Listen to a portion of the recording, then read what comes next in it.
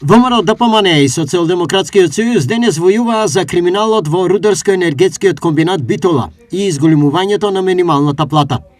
За едните, Филипче не се откажал од Заев ниту од криминалот, а за другите, Мицкоски не бил од тука кога во прашање е поголема минимална плата. Тендерот од 43 милиони евра за ископ на Марковски компани, кој е поништен од новото раководство во РЕК Битола, е само еден од десетиците каде фирми како Јавор Транс и други блиски до Заев испомпуваа милиони како подизведувачи.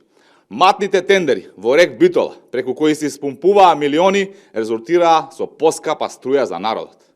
Венко Филипче со неоткажувањето од Заев не се откажува ниту од криминалот во РЕК Битола и го прифаќа како политичко наследство со кое се горде. Каков е тој став на премиер кој вели минималната плата друг да ја договори? Ваквото бегање од одговорност досега е невидено.